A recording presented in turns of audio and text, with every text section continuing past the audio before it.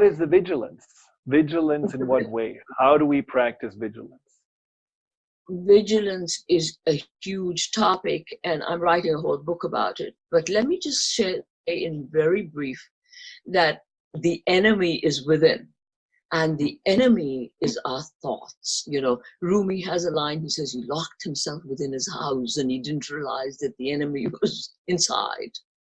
And who is the enemy? What is the enemy? The enemy are thoughts, are unchecked thoughts that take us into despair and that take us into self-flagellation, that take us into unkind thoughts about ourselves.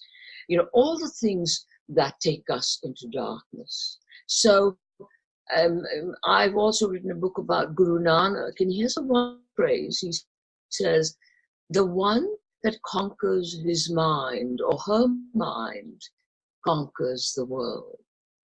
And ever since I have started watching my thoughts, I'll suffer for a day and I realize, I'm being very unkind to myself. I'm whipping myself, say, for example, for not writing today, or for not exercising today, or for being a total couch potato today, and then I realized, well, you can change it. I have been unkind to myself, and I have been unkind to myself on a day that I needed to rest. So I can start making tiny baby steps in the right direction, making a list, for example, writing down one good thing I did that day, and being grateful. I mean, gratitude is a whole different subject. You find when you're getting into these dark places that you're not being grateful for all the things you have. So make a list of all the things that you do have. I have a wonderful marriage, I have health, I'm living in I've got a house, I've got things to eat, I've got my 5 fingers, I've got my 5, I've got my, if you start counting all the things that are right with your body and in your life, then your mind switches directions. And the more that you start thinking about the good things, then the more you think about them again and again. The more these are habits. These are habits of mind. Yeah. I think it is a habit of mind. So that's vigilance, trying to direct your mind.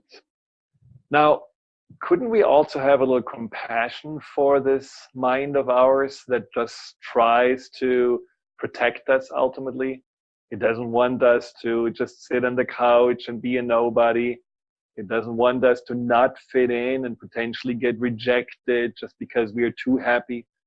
It doesn't want us to have pain. I mean, it's a self-protective method that the mind is doing by always checking, are you good enough? Are you doing enough? Are you measuring up? And so can we have also love for that part of us?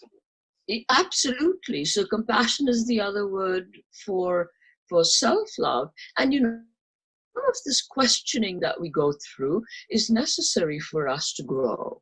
If I say, okay, I come down on myself for being a couch potato, and then I realize that, okay, I can make a small step towards my study and read something, maybe read a line by Rumi, to get out of it.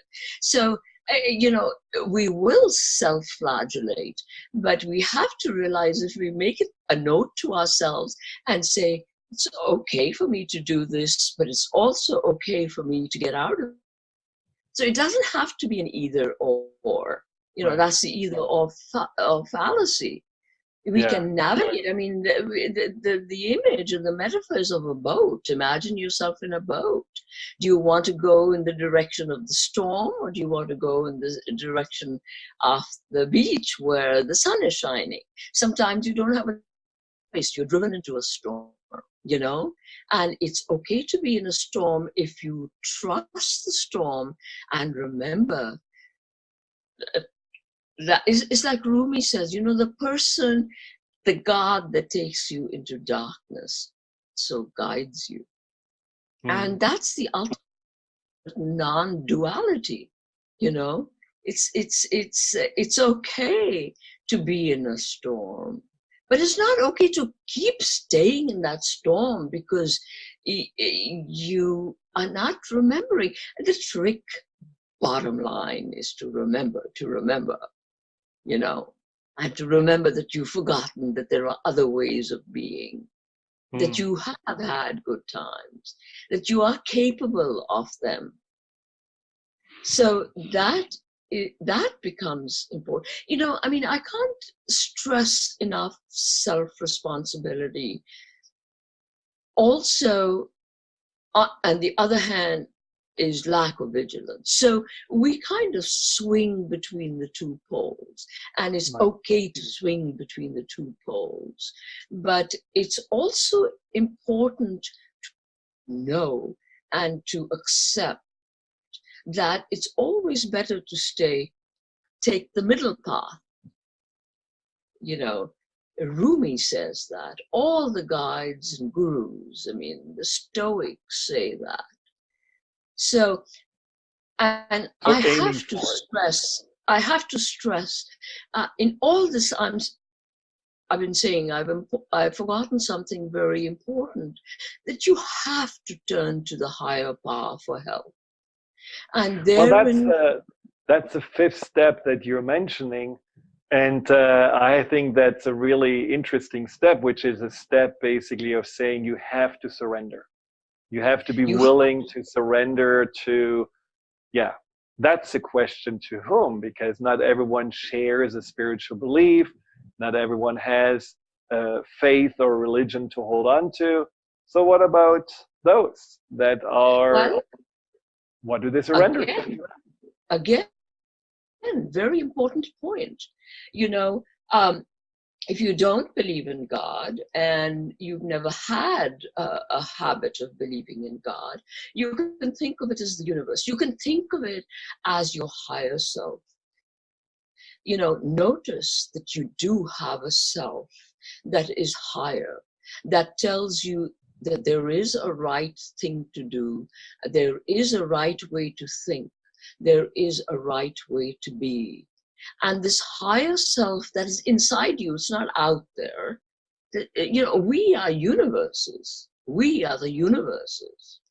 And so to surrender to that higher self that is in you, that is your higher self, to say to that higher self, I'm lost. Because we all have periods in our life where we are lost. I'm lost. Help me. So just to say, help me, to whoever, it could be, a statue that you worship, or it could be a tree that you like, and embrace the tree. And I've done it myself. I'm a tree hugger, and I go hug trees, and I say, you who've lived for 200 years and know how to live better than me, help me. That's why I think books are so important. Because books are my resource. Books are my resource. They always put you on the right path. They always teach you how to think in better ways, and to come back to love yourself. Love yourself before you love your neighbor. I would turn that around a little bit, because that's the root of everything. Be kind to yourself. Be gentle to yourself. Hug yourself. Write down notes about all the good things that are good about you. Making I love that lists advice. I think that's something that we unfortunately don't do enough. Now, my best ideas and best thoughts often come in the shower, so that's a little challenging to write the notes then, and then once I'm out, I forget. But I think in general, just having the practice of journaling and writing notes that also are uplifting, that is, I feel like, a very self-loving and self-healing habit. Now, coming back to surrendering, which I think is just tied into trusting, and it's also tied into dealing with doubt, because doubt is one of our greatest challenges. But as you also wrote in your book, it's ultimately that beautiful part of us that brings us to that choice point where we can choose to either go into that place of staying in the doubt and staying in the worry that leads to anxiety and staying in the indecision, or going to the faith place, to the leap of faith place, and Yeah. really again opening up to what is possible. Surrendering is something that I feel Mark and Joseph have done in this book as well. The story of, Joseph being thrown into the well by his brothers, and Mark, his best friend, being completely distraught by the loss. And tell us a little bit about that story. Yes, I will. I just want to go back just a little bit to say that we're always surrendering to something.